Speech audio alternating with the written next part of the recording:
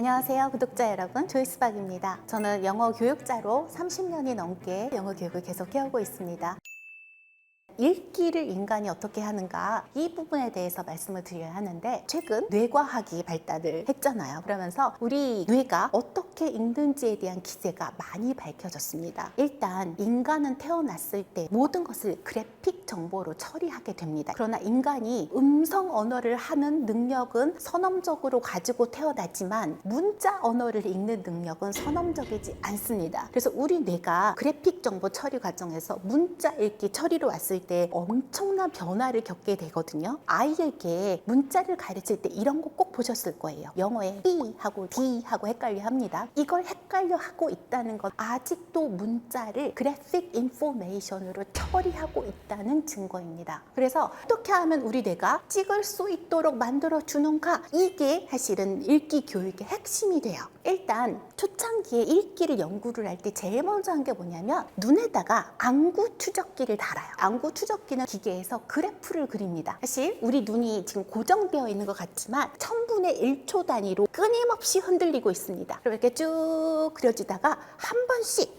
이렇게 휙 꺾이는 지점이 나옵니다. 이 지점을 전문 용어로 안구의 신속 운동이라고 불러주는데, 일어나는 지점이 이때까지 읽었던 시각 부호들이 우리 시신경 안으로 빨려 들어가는 순간입니다. 인간의 뇌는 기본적으로 장애가 없이 태어나는 한 평등합니다. 1회 사카드가 일어날 때마다 우리 뇌 속으로 들어가는 정보의 개수는 평균 7개에서 9개예요. 여러분들 전화번호 같은 거 외울 때 있잖아요. 우리가 어떻게 외우냐면 010 한 다음에요, 3자리나 4자리로 끊어서 읽으면은 잘 외울 수 있어요. 그런데 7개나 8개를 붙어가고 딱 한번 보여준 다음에 치우고 얘기해봐, 이러면 쉽나요? 아니요, 어려워요. 그쵸? 이건 우리 뇌가 기억하는 구간이 정해져 있다는 거거든요. 그러면 의문이 생기는 게 뭐냐면, 잘 읽는 사람과 못 읽는 사람의 차이는 뭔가 차이가 있습니다. 일단 알파벳을 갓된 아이가 영어 문장을 한번 읽는다고 생각을 해보세요. 그럼 이 아이는 Once upon a time there lived a girl, 이런 게 지나가겠죠. 그럼 알파벳을 갓띈 아이는 O, N, C, E, U, P, O,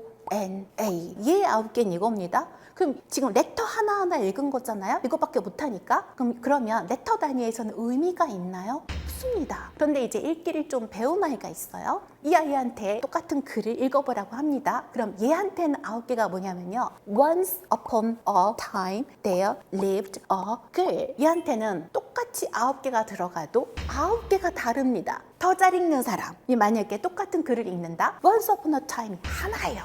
There lived a girl이 하나예요. 그래서 잘 읽는 아이들은 빨리 읽는 거예요. 덩어리로 찍어버리고 넘어가니까. 덩어리로 찍고 넘어가기 때문에 빨리빨리 읽는 겁니다. 결국 정보 하나당 부피가 달라지는 거예요. 영어엔 이게 더 중요해요. 그러면 어떻게 하면 덩어리를 키워줄 수 있느냐에 문제가 생기겠죠. 덩어리를 키우는 방법은 문자 습득을 하는 단계에서 소리 내서 읽기를 하면서 끊어 읽기를 많이 해줘야 합니다. 눈으로 따라가고 소리를 내면서 끊을 때마다 우리 뇌 속에 덩어리로 집어넣고 있는 거거든요. 요거를 orthographic mapping이라고 합니다. 이 덩어리들을 읽으면서 점점 키워가는 거죠. 그러면 읽기가 자동화가 되면서 찍는 덩어리가 커지는 겁니다. 영어는 표음 문자잖아요. 표음 문자가 모국어인 사람과 표의 문자가 모국어인 사람이 뇌를 사용하는 방법은 다릅니다. 기본적으로 문자는요, 3가지 세트로 구성이 되어 있어요. 하나가 문자, 그 다음에 의미가 있고, 또 하나가 뭐예요? 소리가 있죠. 문자, 소리, 의미, 이 3가지가 우리 뇌 안에서 처리가 되는 건데, 사실 우리 뇌 안에서 저장이 될 때 각각 다른 구역에 나누어져서 저장이 됩니다. 그랬다가 글자를 읽을 때 이 3개가 불려 나와서 통합이 되는 거예요. 이거를 인코딩이라고 불러주는 과정이거든요. 문제는 이거예요. 표음 문자가 모국어인 사람들은요, 소리가 저장된 구역에 접속하지 않으면 의미가 불려 나오지 않습니다. 그래서 훨씬 더 read aloud가 영어는 중요합니다. 그래서 영어가 모국어인 사람들은 읽기를 할 때 어떤 현상을 보이냐면, 줄줄줄 읽다가 뭔가 헷갈리는 단어가 나올 때가 있잖아요. 그럼 이 사람들은 꼭 소리를 내봐요. 그래서 영어는 read aloud가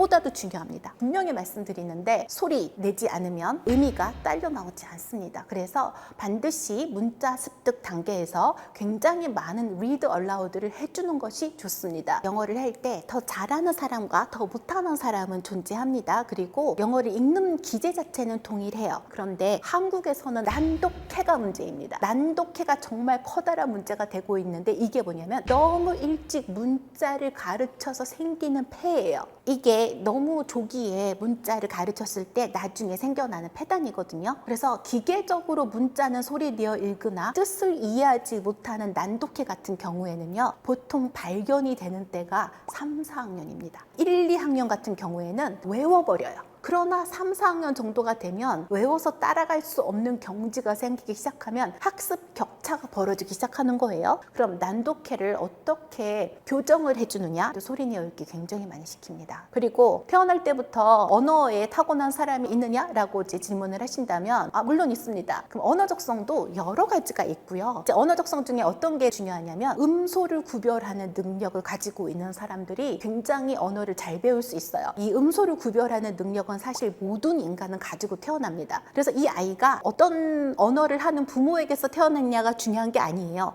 어떤 언어를 하는 환경에서 양육되느냐가 중요한 거예요. 그래서 모든 언어를 배울 수 있는 능력은 가지고 태어났는데 어떤 일이 벌어지냐면 6개월 정도가 되면 아이들은 낯을 가리기 시작하는 시기예요. 이 시기가 되면 음소를 구별하기 시작합니다. 모국어의 음소와 모국어에 없는 음소들을 구별하는 능력이 생기기 시작해요. 자기한테 의미 있는 소리와 의미 없는 소리를 구별할 줄 압니다. 그래서 창밖에서 차들이 다니는 소리에 반응하지 않아요, 애기들도요. 그러나 엄마가 뭐라고 하는 소리에는 반응을 하거든요. 자기한테 의미 있는 소리잖아요, 그게요. 모국어에 있는 음소를 튜닝이 되기 시작해서 아이가 만 1세가 되잖아요. 모국어에서 사용하지 않은 음소를 구별하는 능력을 잃어버립니다. 그런데 인구의 10몇 %는 잃어버리지 않아요. 이 사람들이 성인이 되었을 때에도 어떤 언어를 들어도 이렇게 한번 듣고 따라하는 걸 너무 잘하는 거예요. 근데 대부분의 어른들은 성인이 돼서 외국어를 배우면 발음이 안 되잖아요. 발음이. 왜요? 우리는 1살이 되었을 때 음소를 구별하는 능력을 잃어버렸습니다. 그래서 이것도 이 능력을 잃어버리지 않은 것도 사실은 적성이에요. 그런데 또 어떤 언어 적성이 있냐면요, 굉장히 중요한 게 이건데 언어에 내재되어 있는 규칙들이 있잖아요. 이거를 명시적으로 설명해 주지 않아도 몇 개 예문을 본인이 딱 듣잖아요. 그러면 하고 알아서 그거를 구현할 수 있는 이런 언어 적성도 있습니다. 그래서 왜 영어 문법 절대로 공부하지 말라는 영어 학습서도 있잖아요. 그분이 그런 학습자이신 거예요. 학습자마다 다 다르다고 말씀을 드리는 겁니다. 그래서 언어 적성이 있는 사람 분명히 있습니다. 자, 그러면 노력으로 영어 읽기 능력을 발전시킬 수 있을까요? 네, 있습니다. 끊어읽기. 한국어는요, 성인들도 끊어읽기 레벨에 해당하는 분들이 굉장히 많습니다. 사실 이미 성인임에도 불구하고 영어 리딩 레벨이 0으로 나오는 친구들이 있어요. 습득 단계이다. 즉 읽기가 아직도 자동화가 안 되었다라고 나오는 사람들이 있어요. 이런 친구들은 반드시 영어를 소리 내어서 많이 읽으셔야 합니다. 또 영어로 읽기를 잘하려면 모국어인 한국어로 일단 읽기를 잘하셔야 합니다. 왜냐하면 한국어에서 우리가 발전시킨 읽기 기술들 있잖아요. 이것들이 영어로 전이되어서 넘어오기 때문입니다. 그리고 세상에 대한 이해, 이것과 우리가 가지고 있는 사전 지식 있잖아요. 어휘를 다루는 능력, 통사 구조를 다루는 능력, 이거 다 한 언어를 잘 구사하는 사람에게서 넘어오는 능력이기 때문에 그렇습니다. 그래서 한국어로 읽기를 잘하는 사람이 영어도 읽기를 잘합니다. 그러나 영어로 읽기를 잘했을 때 주어지는 혜택이 사실은 많죠. 일단 영어로 읽기를 잘하면 누구보다 빠르게 정보를 습득을 할 수가 있어요. 그런 의미에서 영어 리딩은 굉장히 중요합니다. 영어를 잘 표현하는 사람의 특징은 크게 두 가지가 있어요. 하나는 표현을 잘하려면 좀 성격이 외향적이어야 돼요. 그 외향적인 학습자가 좀 더 유리하기는 합니다. 그리고 또 하나는 뭐냐면 외향적인 학습자, 특히 스피킹을 잘하는 학습자 같은 경우에는 formulaic expression이라고 하는 것을 굉장히 잘 구사합니다. formulaic expression은 뭐냐면 덩어리로 그냥 갖고 있는 표현이에요. 특히 어린아이일수록 그리고 비기너일수록 굉장히 중요한데요. 우리가 귀로 언어를 들을 때에는 띄어쓰기가 존재하지 않습니다. 통째로 그냥 다 듣습니다. 그런 걸 생각해 보시면 돼요. 그러면 영어를 못하는 아이가 영어를 배우는 교실에 들어갔어요. 그런데 나 화장실 가고 싶어요. 그럼 화장실 가고 싶다는 표현은 해야 될 거 아니에요. 근데 이거를 토일렛이 화장실이야, 단어 단위로 이렇게 주는 게 중요한 게 아니라 반드시 뭐 허가를 구하는 표현은 may I go, 이게 중요한 게 아닌 거예요. 이 아이들한테는 뭐가 중요한 거예요? may I go to the toilet 통째로. 이게 하나의 formulaic expression이라고 하는 거예요. 그래서 영어를 잘 표현하는 사람들은 첫 번째 외향적이다, 두 번째는 덩어리 표현들을 통째로 한꺼번에 자기 걸로 만들어서 주어 섬길 수가 있다, 이런 특징이 있고요. 내향적인 사람 같은 경우에는 어떤 학습법을 사용하면 좋으냐면 심리적으로 안전함을 느낄 수 있는 상황에서 스피킹 연습을 자꾸 해보는 것이 좋습니다. 이런 의미에서 스피킹을 할 수 있는 챗봇들이 영어로 나와 있거든요. 또 여러 가지 앱들도 존재합니다. 근데 대상이 앱이기 때문에 내가 틀려도 창피하지 않아요. 그러면 그런 챗봇을 상대로 마구 연습을 해보는 것, 그리고 미리 스크립트를 만들어서 연습을 해보고 그 다음에 나가서 말하는 것, 이런 식으로 단계별로 올라가는 그런 방법을 생각하시면 되고요. 또 한 가지, 한국인들이 리딩은 잘하는데 스피킹이나 라이팅을 잘 못하는 경우가 있잖아요. 사실은 어휘 학습부터 잘못돼서 그렇습니다. 한국인들은 어휘를요, 영어 단어, 한국어 뜻, 품사 요 정도만 해가지고 하루에 20개에서 30개 정도를 막 외워요. 이렇게 해서 기형적으로 어휘 지식의 넓이만 늘려놓습니다. 이러니까 표현이 안 되는 거예요. 지식의 깊이라는 게 존재합니다. 수용적인 지식과 표현적인 지식이라는 게 존재해요. 그러면 내가 수용적인 지식으로 알고 있다는 건 뭐냐면 지문을 읽다가 나는 이 단어가 무슨 뜻인지 알아. 이거는 우리가 독해를 할 때 사용하는 지식이 있잖아요. 그럼 난 이 단어를 수용적인 지식으로만 알고 있는 거예요. 그러나 지식의 깊이가 계속 깊어지면요, 반드시 이게 표현적인 지식으로 전환이 되거든요. 나는 내가 말할 때 이 단어를 끌어내서 사용할 수가 있어. 이건 표현적인 지식이 된 겁니다. 실제로 어휘량을 체크를 해보면 내가 머리로 알고 있는 수용적인 지식 상태의 한국어 어휘량과 내가 말이나 글로 끌어내서 쓸 수 있는 어휘의 양은 차이가 납니다. 즉 수용적인 지식이 더 많고 표현적인 지식이 더 적은 거예요, 항상요. 그런데 한국인들은 영어 학습을 할 때 이 차이가 기형적으로 난다는 거죠. 그래서 한국인들이 어휘 학습을 어떻게 해야 된다고요? 지식의 깊이를 계속해서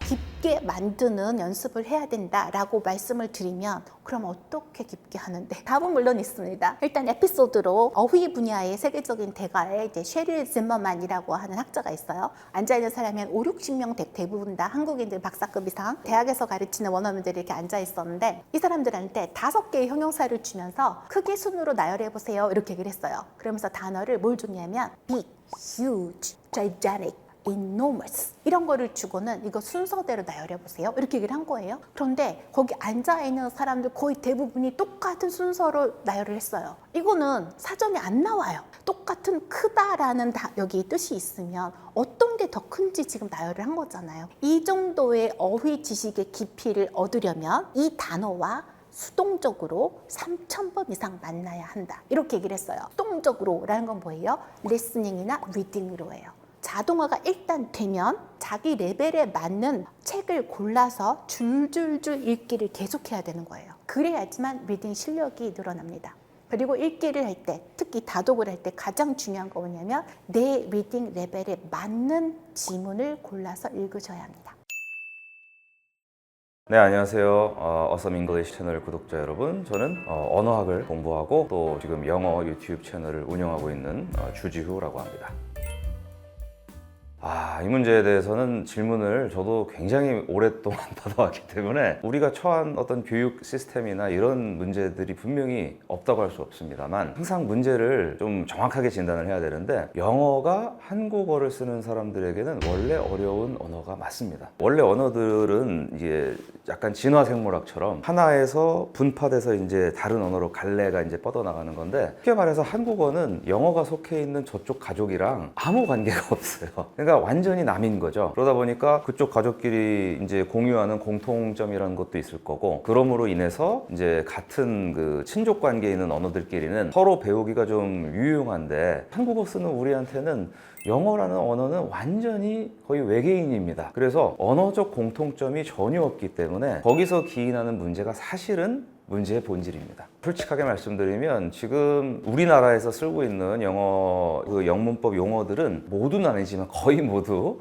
이 메이지 유신 이후에 일본 그 번역청에서 영어 문법을 번역한 그 한자어들이 그대로 들어온 거예요. 그러다 보니까 우리는 또 요즘 세대들은 한자를 안 쓰니까 이 한글로 써 있는 이 용어만 봤을 때는 사실 이게 무슨 말인지 알 수 없는 경우들이 굉장히 많습니다. 그리고 이 문제를 더 떠나서도 영어의 문법 용어들은 사실 거슬러 올라가면 영어 문법학자들이 대략 한 18세기 정도에 이 라틴어 문법을 그대로 베꼈어요.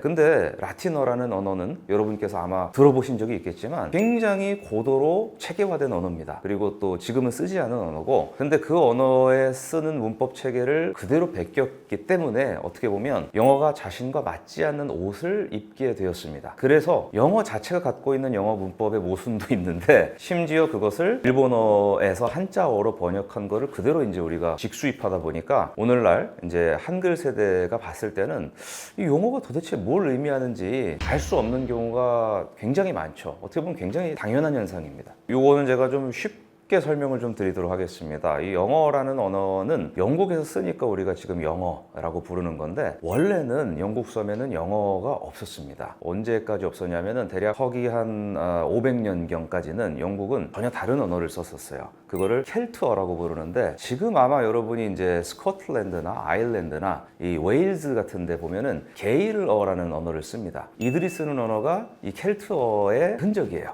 현대화된 켈트어라고 보시면 되는데, 원래 옛날에 이 로마 제국이 있었고, 그 로마 제국의 변방인 이 오늘의 독일이나 뭐 오스트리아나 네덜란드나 이거를 포함하는 거대한 대륙의 그 지역을 로마인들이 게르마니아라고 불렀습니다. 게르만인들이 사는 땅, 이런 얘기였는데, 거기 살던 사람들이 게르만족이고요. 이 사람들이 쓰던 언어가 게르만어입니다. 그런데 이 사람들 중에 일부가 서기 400년대 후반에 영국 섬으로 들어옵니다. 그러면서 본토에 있는 게르만어와 분파된 다른 게르만어가 하나 생겨나는 거예요. 그게 오늘날 우리가 쓰고 있는 영어입니다.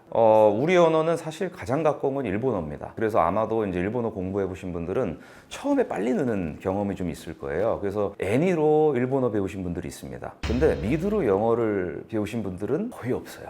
그 이유가 뭐냐면, 내가 쓰는 모국어의 말법, 어법과 거의 같은 구조를 갖고 있는 언어이기 때문에 일본어는 거기 나오는 언어, 그 단어를 습득했을 때 내가 생각하는 방식대로 단어를 배열하면 알아듣게 되어 있습니다. 상대방이, 그 일본 사람이. 그런데 영어는 내가 생각한 대로 말을 배열했더니 못 알아듣는 거예요. 그러니까 이런 언어적 차이가 크기 때문에 상대적으로 영어는 한국인에게 어려울 수밖에 없습니다.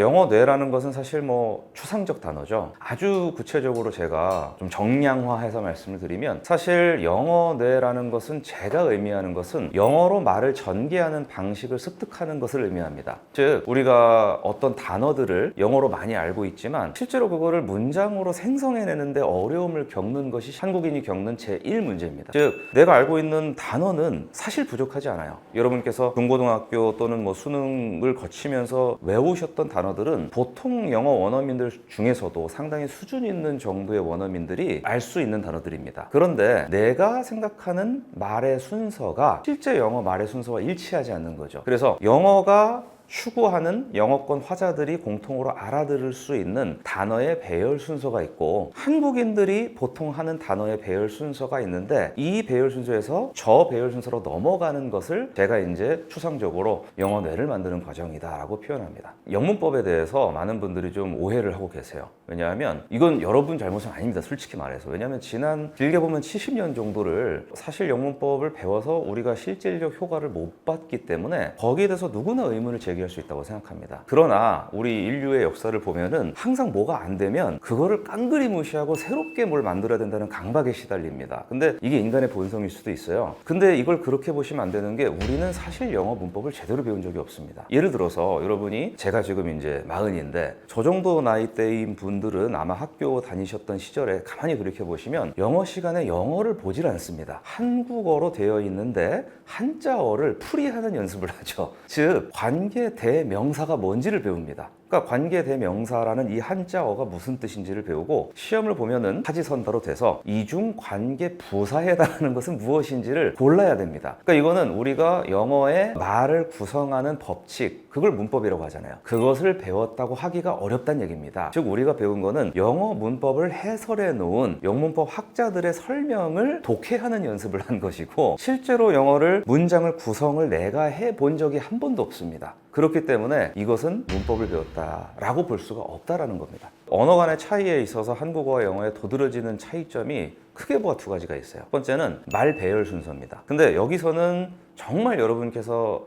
치열하게 공부를 하셔야 되는 게, 한국말은 끝까지 들어봐야 합니다. 그러니까 우리는 한국어를 모국어로 쓰다 보니까 이게 당연하다고 생각합니다. 즉 제가 이제 예시를 들어보면, 저는요 이 채널을 구독하시는 많은 분들께서 영어 공부를 하시는데 도움이 되실 만한 그런 영상을 까지 얘기를 했는데 아직까지도 결론이 안 나왔어요. 이게 한국어입니다. 그런데 거꾸로 한국어를 배우는 이 영어권 사람들은 이걸 어려워합니다. 왜냐하면 영상을 이란 말에 대체 수식하는 말이 방금 얼마나 길었나요? 오늘 이 채널을 구독하시는 분들께 영어 공부를 하시는데 도움이 될 만하니 모두 형용사입니다. 이거를 우리는 아무 불편 없이 쓰죠. 그런데 영어로 이거를 돌리게 되면 어떤 일이 발생하느냐? 영어는 주어, 동사부터 나오게 되어 있습니다. 즉 제가 이거를 이렇게 끝낸다고 말씀을 드려보죠. 이 자리에 왔다란 말을 마지막에 하는 겁니다. 자, 쭉 얘기해 놓고 아까 그 말에다가 왔습니다, 여기 왔습니다, 이렇게 얘기를 했어요. 그럼 영어권 사람들의 말 전개 방식은 정반대입니다. 그들은 I came here 이렇게 시작합니다. 그러면은 아까 우리 한국어로 된 문장에서 보시면 영상을 이렇게까지 나오고, 예를 들면 그 뒤에 뭐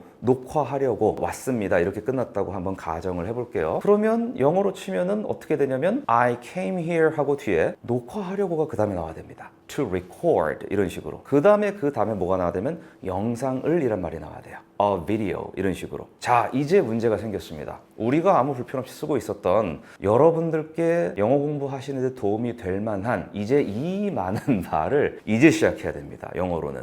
그러면 이때 필연적으로 뭐가 필요하게 되느냐? 관계대명사라는 게 필요하게 돼요. 그러니까 영어를 하는 사람들이 쓰는 that이라는 말은 우리를 괴롭히려고 고안한 것이 아니고, 그들이 말 순서가 이렇다 보니까 영상이란 말 뒤에다가 영상을 설명하는 말을 붙여야 되는데, 지금부터 그 신호를 주기 위해서, 자, 근데 그 영상은 이라는 말로 앞에 나온 명사를 다시 한번 대신해서 하는 그냥 그런 말로 쓰는 겁니다. 그래서 그거를 that이라고 한번 써놓고 그 뒤에다가 이 수식어를 전부 다 갖다 붙이는 거죠.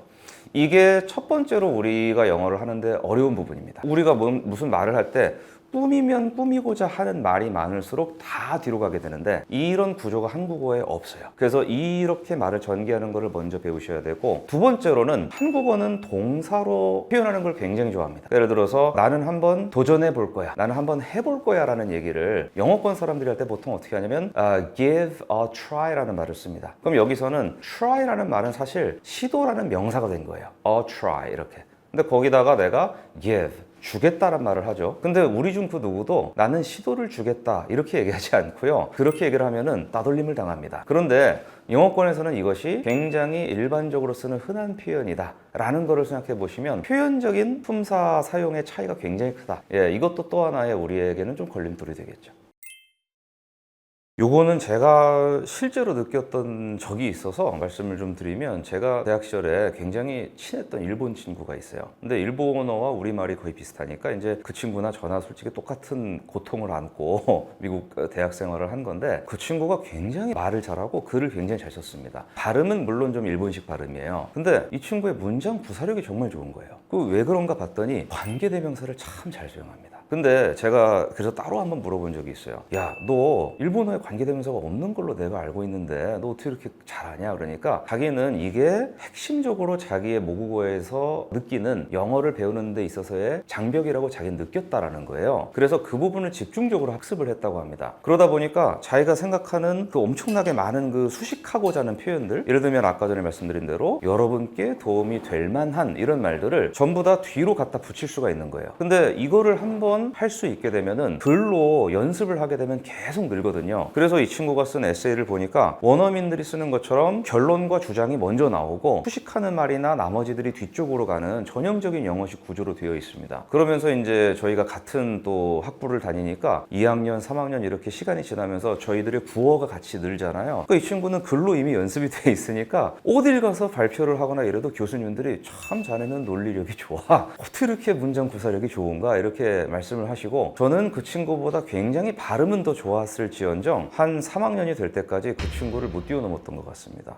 그래서 그 실제로 원어민들이 저희들을 평가할 때는 발음이 좋은 걸로 평가하지 않습니다. 이 친구가 얼마나 자신의 생각을 명확하게 표현할 수 있는가. 그들은 그걸 원하거든요. 그래서 저는 그때 그 일본 친구한테 굉장히 많이 배웠습니다. 우리 사회가 그만큼 영어에 대한 열등감에서 좀 못 벗어났다는 증거입니다. 그러니까 그분들도 자기가 그렇게 누구를 힘들게 하려고 하는 건 아닐 거고 다 나름의 신념을 표현하는 걸 거라고 생각해요. 그렇지만 지금 대한민국의 위치는 그렇게 원어민들한테 발음을 평가받아야 될 위치는 아니라고 생각합니다. 제 나이 대 정도 되신 분들은 아무래도 어린 시절이나 이럴 때 보면은 영어에 대한 열등감이 심할 수밖에 없는 그런 분위기였어요. 한국에서 영어 하나 잘하면 거의 외계인 취급받던 그런 시절이기 때문에. 근데 요즘 친구들 같은 경우는 저도 이제 조카들이 이제 대학교 다니는 직장 다니는 조카들도 있고 하니까 그 친구들 중에 외국에서 공부한 친구들도 많이 있습니다. 근데 이 친구들이랑 얘기를 하다 보면은 삼촌은 왜 그렇게 옛날 사람 같이 생각해? 그러는 거예요. 그래서 무슨 얘기야? 그랬더니 제 조카 중에 하나는 맨체스터에서 학교를 다녔어요. 영국에서. 근데 맨체스터 억양을 쓸 거 아닙니까? 그러면 자기는 아무 차별을 못 받고 자랐습니다. 영국에서. 영국 사람들은 아무도 신경 안 쓰는데 한국에 와서 직장에 들어가니까 직장 상사들이 주위 영어 발음이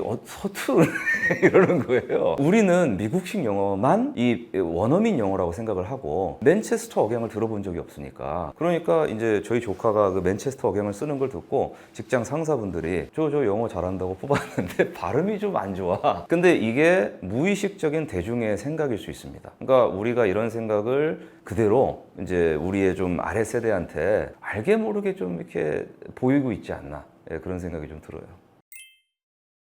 보통 우리가 그 어떤 동사 뒤에는 뭐 to 붙은 동사 형태만 와야 되고 어떤 동사 뒤에는 동사 뒤에 ing를 붙인 형태만 와야 되고 이런 것들이 있습니다. 대표적인 예로는 decide라는 동사 뒤에는 거의 to가 옵니다. decide to go, 뭐 가기로 결정하다 이런 식으로. 그 다음에 또 뭐가 있냐면 consider, 뭐뭐를 고려하다 이런 것은 거의 ing가 와요. consider going, 가는 것을 고려하다 이런 식으로. 근데 항상 언어에는 이 회색 분자들이 있습니다. 중간 지대에서 분탕질 일으키는 친구들이 있는데 like나 뭐 love나 뭐 hate 이런 우리가 일반적으로 감정을 나타내는 그런 단어들, 그런 동사들은 뒤에 두 개가 다 오기도 합니다. 근데 이런 경우에 대해서 원어민들은 아마 보통 일반적으로는 자기들도 무의식적으로 써요. 무의식적으로 쓰고 자신들도 외국인이 그 무슨 차이냐 이렇게 물어보면은 잘 모릅니다. 그리고 모르는 게 정상이고 차이가 있긴 있습니다. 예를 들어서 여러분께서 I like to 하고 뒤에 어떤 동사를 썼을 때 쉬운 예를 들어볼게요. I like to work out in the morning 이렇게 말씀을 하시면 나는 아침에 운동하는 거를 좋아한다 이런 말이죠. 그리고 I like working out in the morning 이렇게 ing를 써서 말씀하셔도 한국어로는 나는 아침에 운동하는 게 좋아 같은 번역이 나올 수가 있는데 to를 썼을 경우는 보통 내가 그것이 어떤 규칙적으로 하기에 나한테 적합하다라는 맥락인 경우가 많습니다. 예, 그래서 I like to work out in the morning 그러면은 보통 나는 아침에 운동을 하고 난다. 즉 그쪽을 좀 선호한다. 이런 맥락으로 많이 읽히는 경우들이 있고 I like working out in the morning 이렇게 얘기하면은 약간 그런 의미가 있어요.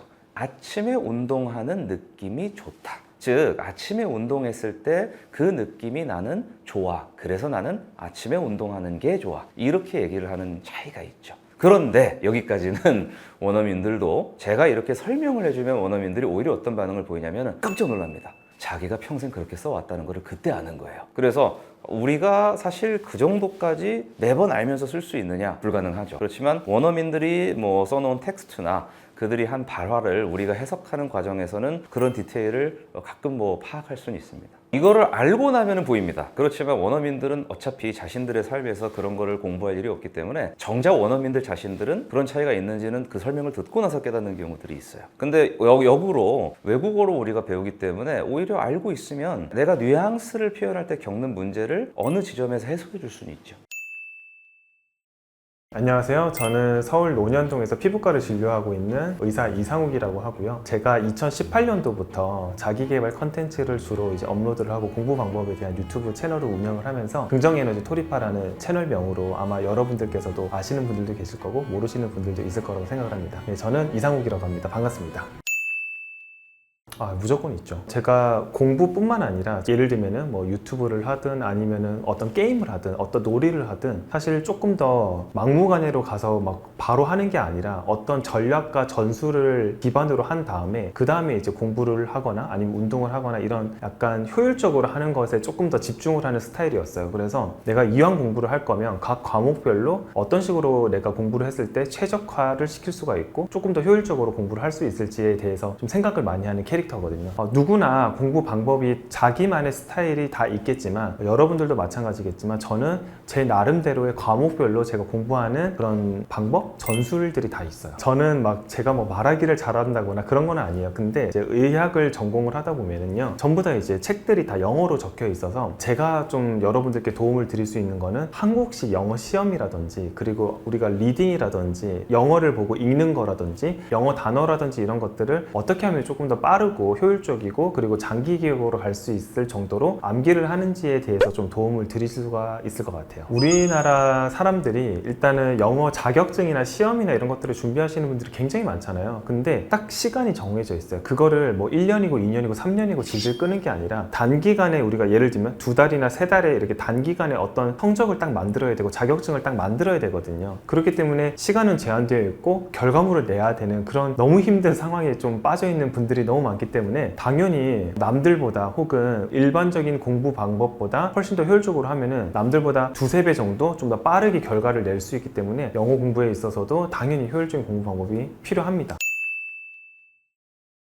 많은 분들이 또 1시간에 200개를 어떻게 외워? 이러면서 사기꾼이다 이러면서 얘기를 많이 하시더라고요. 근데 또 댓글을 보시면 저도 그렇게 될 줄은 몰랐는데 1시간에 100개, 200개를 외우고 있는 제 자신을 보면서 막 되게 놀랍다라는 댓글을 또 많이들 달아주셨어요. 근데 저도 영어 단어를 처음부터 뭐 1시간에 200개, 300개씩 외울 수 있는 사람은 아니었지만 여러분들도 이 방법을 통해서 분명하게 1시간에 200개 이상의 단어를 암기하실 수 있을 거라고 생각을 합니다. 제가 오늘 책을 가지고 왔으면 좋겠는데 근데 책을 못 갖고 왔어요. 너무너무 죄송하고 일단 우리가 단어장을 보면요 제가 보통 좋아하는 단어장이 해커스라고 하는 유명한 이제 학원 출판사가 있잖아요. 해커스 토익 단어장이라든지 토플 단어장을 보시면 데이 1, 2, 3, 4 해가지고 데이 30일 정도까지 이런 식으로 단어장이 구성되어 있어요. 토플 같은 경우는 데이 60까지 구성되어 있고요. 그래서 저는 이제 토익 단어 같은 경우는 여러분들이 그 책의 내용을 살펴보면은 굵은 글씨로 이제 크게 단어들이 한 그렇게 많지는 않은데 데이 1, 2를 합치면은 50개에서 60개 정도 되는 단어들이 막 이렇게 나열되어 있거든요. 그래서 처음에 공부를 할 때는 그거를 영어 단어를 외우겠다고 막 쓰면서 이거를 막 스펠링 하나하나 적으면서 쓰고 단어 뜻을 적고 하면서 외우시는 분들이 아마 한 80%는 되지 않을까. 근데 단어를 외울 때 가장 중요하게 생각하는 것 중에 하나는 콩나물 물 주듯이 공부를 하셔야 된다는 거예요. 그러니까 처음부터 끝까지 단어를 눈으로 보고 그리고 그 단어를 발음을 해보고 그리고 뜻을 내가 한국말로 뱉어보는 거죠. 예를 들면은 조인이라고 하는 단어가 있어요.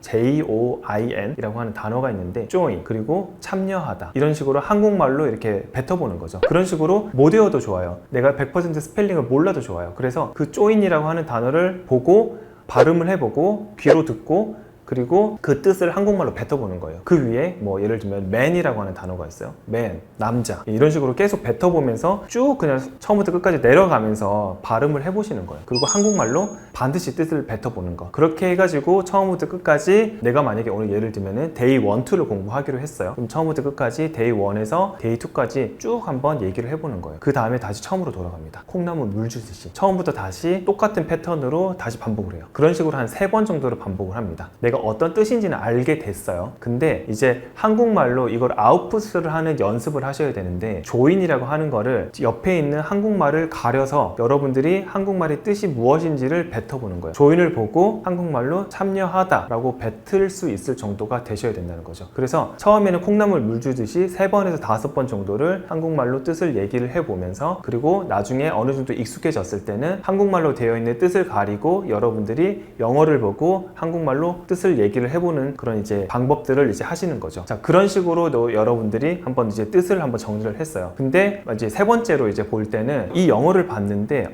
이게 무슨 뜻인지 잘 모르겠어. 그러면은 연필로 이렇게 체크 표시를 하면서 여러분들이 공부를 합니다. 그래서 체크 표시를 하면서 내가 뜻을 몰랐던 부분을 여러분들이 한 번 더 한국말로 뱉어보고, 그래서 노트를 하나 준비를 하는 거예요. 세 번째 공부를 할 때는 체크 표시되어 있는 그런 영어 단어를 노트에다가 그대로 적습니다. join 이런 식으로 적겠죠. man 이런 식으로 적겠죠. 체크되어 있는 영어 단어를 이제 노트에다가 이렇게 옮겼잖아요. 그 다음에 그 노트만 바라보고 이렇게 다시 한국말로 뜻을 말로 하는 게 아니라 손으로 적어봅니다. 무슨 말인지 아시겠나요? 그래서 손으로 뜻을 직접 적어보는 연습을 노트에다가 하시는 거예요. 자, 그러면 여러분들이 아니 뭐야, 그러면 한국말로 얘기를 해보고 말로 뱉어보고, 그래도 이제 여러 번 훑었는데 모르는 단어들은 체킹을 따로 해가지고 노트에다가 적어가지고 한국말로 그 뜻을 적는 거네 라고 이제 생각을 하시면 되는데, 왜 굳이 저렇게까지 해야 되나 라는 또 의문이 드실 수가 있는데, 우리가 어떤 암기 과목을 공부를 하시던지 간에 어떤 영어 단어를 외우시든지 간에 우리가 가장 중요하게 생각하는 거는 말로 뱉어보고, 그리고 그 말로 뱉었던 뜻을 여러분들이 직접 손으로 적을 수 있을 때 그 지식이 완전히 내게 된다는 거예요. 그러니까 만약에 내가 어떤 영어 단어를 봤을 때 이 단어가 무슨 뜻인지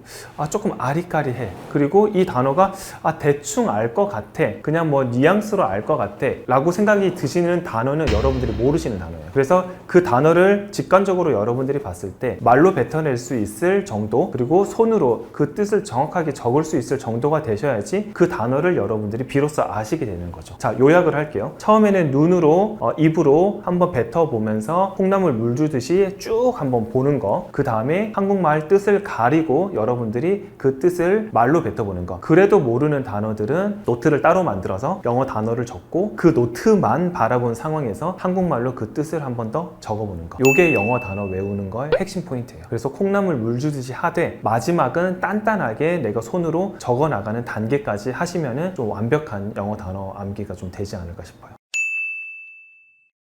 일단은 우리 뇌는요 한 15분, 20분 정도 지나면요 다 잊어먹어요. 그렇기 때문에 여러분들이 방금 제가 말씀드렸던 콩나물 물 주듯이 이렇게 암기하는 것들을 1시간에서 2시간 정도만 해도 대부분의 사람들은 100개 이상의 단어를 외울 수가 있어요. 근데 우리가 그 단어를 아무리 제가 손으로 적고 여러 가지 해가지고 외웠지만 아마 한 3시간 정도 지나면 그 절반밖에 기억이 안 날 거예요. 그러면 이거를 우리는 리마인드를 해주는 연습을 해야 되는데, 그거를 자기 전에 한 번 더 훑어줍니다. 자기 전에 우리가 훑어주는 단어는 처음부터 끝까지 한 번 더 눈으로 다 보는 거예요. 그리고 내가 직관적으로 봤을 때 뜻을 말할 수 없는 그런 단어들은 체크 표시를 한 번 더 해주는 거예요. 그러면은 낮에 공부를 했을 때 체크 표시가 있었던 거, 그리고 밤에도 또 체크가 돼 있는 거는 2번이나 체크가 돼 있는 거잖아요. 그러면은 이 단어는 내가 잘 잊어먹고 잘 기억이 안 나고 잘 암기가 안 되는 가능성이 높습니다. 그래서 이런 단어들은 따로 모아가지고 그 다음날 아침에 한 번 더 복습을 해주시는 거예요. 그래서 다음날의 진도를 내가 데이 3, 4를 나갈 건데 체크가 2개 되어 있는 단어 정도는 여러분들이 진도 나가시기 전에 반드시 복습을 해줘야 됩니다. 자, 요약을 하면은 자기 전에는 오늘 공부했던 처음부터 끝까지 내용들을 한 번 더 훑어나가면서 직관적으로 단어 뜻이 생각이 안 나는 그런 단어들은 한 번 더 체크를 해주시고, 다음날 더블 체크가 되어 있는 단어들은 반드시 복습을 해주시고 노트에 한번 뜻을 적어보시고 진도를 나가시라는 거. 그래서 자기 전과 다음날 아침에 복습을 해주시는 게 이 공부의 핵심이에요. 아니에요. 저 영어를 정말 못했어요. 제가 토플이 예전에 CBT라고 하는 토플이 있어요. 300점 만점이었는데 그거를 제가 처음 봤을 때 210점 정도 받았을 거예요. 토익으로 환산을 하면은 한 700점 정도 될 거예요. 680점, 700점 정도. 토플 270점을 받았고 토익으로 치면 한 970점 정도 돼요.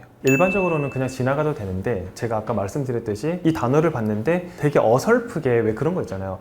저거 뭐 그냥 대충 그런 뉘앙스의 뜻이었어 이러면서 아시는 분들이 많거든요. 근데 그 단어 뜻 모르시는 거예요. 그거 여러분들 그 단어에 대해서 여러분들이 종이에 이 뜻을 정확하게 적을 수 있는지를 체크를 해보셔야 되는 거예요. 뭐 보이, 걸 이런 거는 너무 잘 아는 단어잖아요. 이런 것까지 사실 복습을 하실 필요는 없고, 좀 애매하다, 아리까리하다, 아리송하다 이런 단어들은 이제 반드시 복습을 해주셔야 되는 거고, 그래서 연필로 체킹을 좀 마킹을 좀 잘 해주셔야 돼요. 책을 가지고 왔으면 너무 좋았을 텐데 그 연필로 체킹을 하고 그 다음에 나중에 형광펜이라든지 볼펜으로 체킹이 돼 있는 그런 단어들을 만약에 시험 전날에 그런 단어들만 보게 되면은 처음부터 끝까지 그 단어장을 한 번 더 복습을 한 의미가 되거든요. 그래서 그런 체크를 하는 연습들도 좀 중요해요. 저는 이제 그 해커스 복화 기준으로 그게 30일까지 돼 있어요. 데이 30까지 돼 있는데 저는 하루에 데이 1, 2, 그 다음날이 되면 데이 3, 4, 그 다음날이 되면은 데이 뭐 5, 6 이런 식으로 공부를 했거든요. 그러니까 2일치를 하루에 공부를 다 했었는데 만약에 내가 오늘 데이 1, 2를 공부를 했어요. 데이 1, 2를 공부를 했으면 내일은 3, 4를 공부를 하잖아요. 그러면은 그 전날에 공부했던 거는 반드시 더블 체크 되어 있는 거, 제가 아까 자기 전에 복습을 하면서 또 모르는 단어들은 한 번 더 체크를 하라고 말씀드렸잖아요. 그렇게 더블 체크 되어 있는 데이 1, 2에 있는 단어들을 한 번 더 리마인드를 해주고 그 다음 3, 4 이렇게 진도를 나가는 거예요. 그리고 셋째 날이 됐어요. 그러면은 데이 5, 6을 공부를 할 건데 데이 3, 4에 더블 체크 되어 있는 단어 정도는 여러분들이 한 번 더 리마인드를 해주고 진도를 나가시는 거. 그렇게 공부를 하시면 되고, 근데 이거는 이제 암기력이나 이런 우리 해마의 기억 정도가 사람마다 너무 다르기 때문에 저는 제가 그래서 되게 궁금했어요. 제 자신이 며칠 정도가 지나면 내 머릿속에서 좀 까먹을까, 그런 이제 의문이 좀 있어서 제가 테스트를 해봤는데 3일 전 게 좀 잘 기억이 안 나가지고 이제 3일 전 거는 무조건 복습을 하고 넘어가자 이런 식으로 해서 단어도 마찬가지로 3일 전 거 그리고 전날 거는 무조건 복습을 하면서 넘어갔었어요. 아니요, 그게 왜 그러냐면 그 콩나물 물 주듯이 우리가 공부를 하다 보면은 그 스펠링이 나중에 결국은 자연적으로 다 외워져요. 나도 모르게 외워져요. 그렇기 때문에 여러분들이 처음부터 이 스펠링이 뭐 A가 빠졌어, 뭐 C가 빠졌어 이런 것까지 너무 세세하게 볼 필요가 전혀 없으시고, 우리가 어떤 숲이라고 하는 거를 계속 크게 보다 보면요, 나무들의 그런 조그마한 디테일까지도 여러분들이 기억이 나는 신기한 공부예요. 그래서 계속 콩나물 물 주듯이 공부를 하다 보면은 스펠링을 전혀 연연하실 필요 없이 정말 이 스펠링이 기억이 나네? 이럴 정도가 되시니까 나중에 처음부터 끝까지 단어장을 저는 보통 30일, 데이 30일짜리 기준으로 했을 때 한 달 반 정도 해가지고 그 단어장을 다 외우거든요. 근데 그렇게 한 달 반 정도 이렇게 공부를 돌리면 거의 한 7회독, 8회독 정도 되는 수준이 되기 때문에 그런 스펠링까지 안 외우셔도 기억이 나는 신기한 경험을 아마 하시게 될 거예요. 저는 에세이 외우는 거 되게 좋아했거든요. 영어 에세이 외우는 거. 그래서 그거를 영어 에세이를 외울 때는 계속 발음을 해보고 그 표현을 내가 아웃풋을 하는 과정이 되게 중요하더라고요. 그래서 그 에세이를 보고 계속 말로 발음을 해보는 연습들이 좀 많이 중요했던 것 같고, 근데 결국은 이것도 복습인 것 같아요. 내가 아침에 에세이를 예를 들면 5문장 정도를 외웠는데 저녁에 좀 한 번 더 리마인드를 해주고, 그리고 에세이를 외울 때는요, 제가 굉장히 많이 도움이 됐던 것 중에 하나가 한국말로 이렇게 적어놔요. 제가 타이핑을 해가지고 한국말로 적어놓고 그거를 이제 다시 영어로 이렇게 표현을 하는 거잖아요. 그래서 한국말을 보고 저녁에는 복습을 할 때 한국말을 보고 영어를 내가 말을 할 수 있는 정도로 이렇게 구사를 하는 연습을 많이 했었거든요. 그래서 오전에는 뭐 예를 들면 5문장 정도로 외우고, 그리고 저녁에는 한국말로 된 거를 보면서 영어로 내가 표현을 하는 연습들을 많이 했어요. 그러다 보니까 그게 처음에는 되게 어려워요. 처음에는 뭐 하루에 뭐 5문장 외우는 것도 되게 어렵거든요. 근데 나중에는 20문장, 30문장도 하루에 외울 수가 있어요. 그래서 그 실력이 에세이를 외우거나 아니면 말로 표현하는 그런 실력이 어떻게 되냐면 일직선으로 쭉 가다가요, 약간 이렇게 소위 뭐 떡상한다 그러죠. 일직선으로 쭉 가다가 이렇게 올라가요. 정말 가파르게 내가 영어 표현 구사 능력이 되게 많이 늘었구나 라고 할 정도로 이렇게 가파르게 올라가거든요. 그래서 하루에 너무 욕심 가지지 마시고 에세이 같은 거는 하루에 3문장에서 5문장 정도 외우는 연습을 해보시면 되게 좋을 것 같아요.